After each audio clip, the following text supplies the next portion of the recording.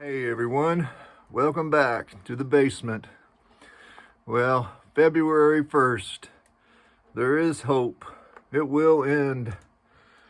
We haven't had a snowpack in a few years, so dealing with snow all the time, it gets old. But it's just part of the gig, and it will end. So we're talking about aphids today. And I have had them in this basement totally infested before. So controlling them is all about population control. And this year I have them pretty well under control. But if you have them on every plant you have in a wintertime grow room type situation, the best bet is to use a fogger. The ones that are made for bed bugs and fleas, they're designed to kill eggs and everything. And I have used them before down here, and they work really good. But I won't be doing that this year because I've been able to keep them under control. It's all about population control. So I'm going to show you 4 ways that I control them down here. So let's get started. Okay, so the first thing we're going to talk about is using a bait plant for them. So this plant is a broadleaf begonia, and hopefully I can get it up close enough here to where all those little white specks are aphids, and they love this plant. They like to live on big leaves. So this plant I'm using as a bait for them. It's working really well. So I get them to go for this plant, and then for population control I use this, and this is what I call a tape stick. It's that tuck tape, stickiest tape on earth. But what you have to do is you have to roll it backwards on here until you get the whole thing is sticky. So on a regular basis, I'll come in and just roll the bottom of these leaves with the tape. And that collects them off of here and controls their population some. So they were on the leaf, and now they're stuck to tape to die. The little vermins. So that's 2 ways that I control them. So when I get them on a plant that I don't want them to be on, then I use my spray bottle, and this is a mix of Pure Castle soap. We use a eucalyptus Pure Castle soap and a little bit of alcohol. And this works really well to spray on a plant and leave it for about 5 minutes and then wash it off, and it doesn't hurt the plants at all.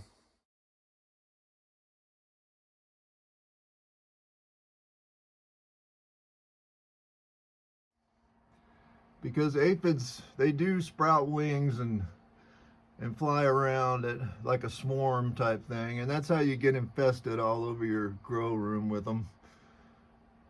So these sticky yellow pieces they're like plastic that are sticky all over. They do a job to catch all kinds of flying bugs. So they're a good thing to have up in a plant room. So usually, I'm pretty sure that I brought aphids in on this plant. Usually there's a plant that you buy and you bring aphids into your grow situation. So it's a good idea, especially in the wintertime, if you're getting a new plant, to use a magnifying glass on them. And they always live underneath the leaves. So I've got this one fairly under control. And inspecting your plants on a regular basis is really important. They do like these Scheffeleras, but they're not on this one. And it's all because I'm proactive with them, and I search for them all the time. And if I find them, I spray them or I use the tape stick on them. So it has to be an ongoing thing to control them. Unless you want to use the fogger, then you wipe them all out and you start over, basically. It does work. I haven't had to do that this year because I've been proactive with killing them. So here's all my portulacarias propagating. They're not on them, but they will get on portulacaria. Here's my large jade cuttings. And these plants are really important for the market. They sell very well. So a lot of plants down here, they come out early because it's warm. Here's one of the Amur maples that's all leafed out. It doesn't have aphids. This one I had pretty drastically wired. You can see I left the wire on too long, but it's growing out of it.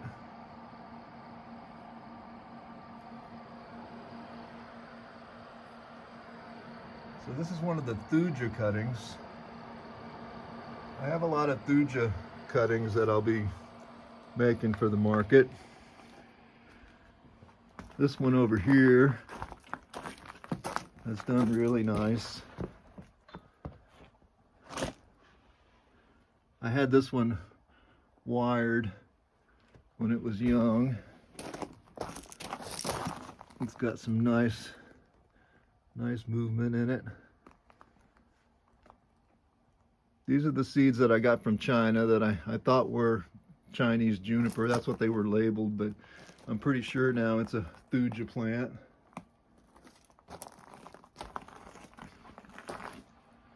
So we used to grow a lot of ginger. So this year we're starting some mainly for ourselves. This was some Costco's ginger that we got, and it's on a heating pad. This is a heating pad that's under it, and it'll eventually sprout. You can take any ginger from the store. You can actually go through them at the store and try to find some that they develop like a nub on them when they're getting ready to sprout. It's very hard to grow here because it's really not hot enough, but it's just a wonderful thing when you get fresh ginger like that in the fall. So here's more of these begonias.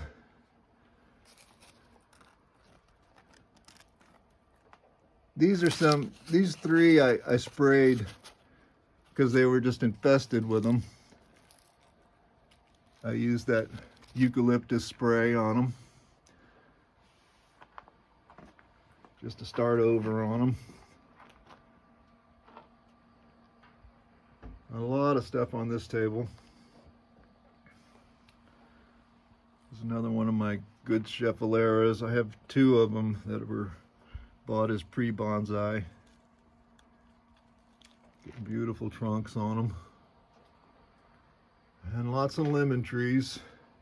If I didn't have the aphids under control, they'd be on these lemons, but they're not.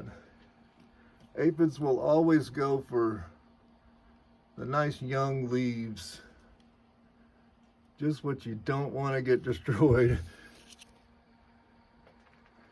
And if you're trying to start plants from seed, that's the worst thing. I tried to start my tomatoes down here a couple of years ago, and they ate every one that came up. They're a young plant is very vulnerable to aphids. So this lemon tree has done really nice. That's one that I potted up in a video. So I have a lot of Japanese quince down here. This is one that was from seed. I started with 5 seeds of the Japanese quince, and they all came up and did really well. But they always come out early in the basement. It doesn't seem to hurt them at all. Here's one that's leafing out.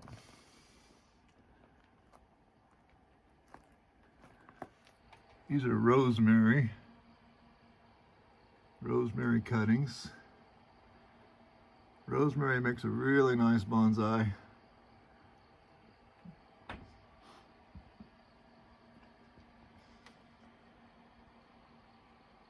Here's one of the tamaracks that's come out.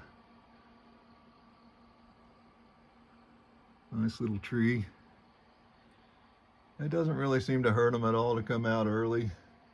I just wouldn't want to put it out in the freeze, but even if it froze now, it would probably just regroup and come back. Propagating a lot is the rabbit foot fern. Be selling that one this year. Really like the rabbit foot fern. I really like all ferns, basically. There's a box of them. That'll be for the market. I hope that helps you on your quest to control aphids. I'm sure a lot of people have them. They are the wintertime pest. And I'll see you next time on Bonsai by the Sea.